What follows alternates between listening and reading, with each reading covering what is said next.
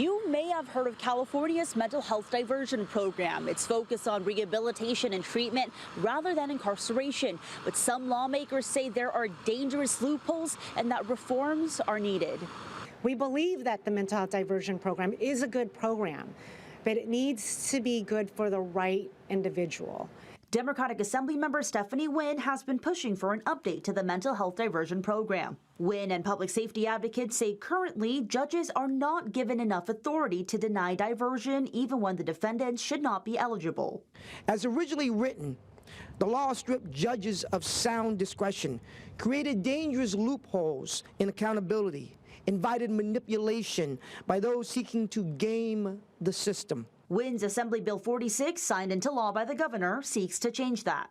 Judges now have the ability to be judges and correctly judge if someone is truly a legitimate candidate. California's mental health diversion program allows those with qualifying mental health disorders to receive treatment instead of having to serve time. Upon completion of treatment, the charges are typically dismissed and records wiped clean. While certain violent and sexual offenses are already excluded from the program, Wynn says she wanted to tackle lingering loopholes. We spoke to her one-on-one. It's the public's safety, right? It's the community safety that is at risk here, and I think everybody understood that. But also preserving the mental health diversion program was important as well. But opponents say the bill will likely deny treatment for those who need it, ultimately reducing public safety. People funneled into jail rather than into treatment have higher rates of recidivism. They don't get the treatment they need to get people housing and treatment.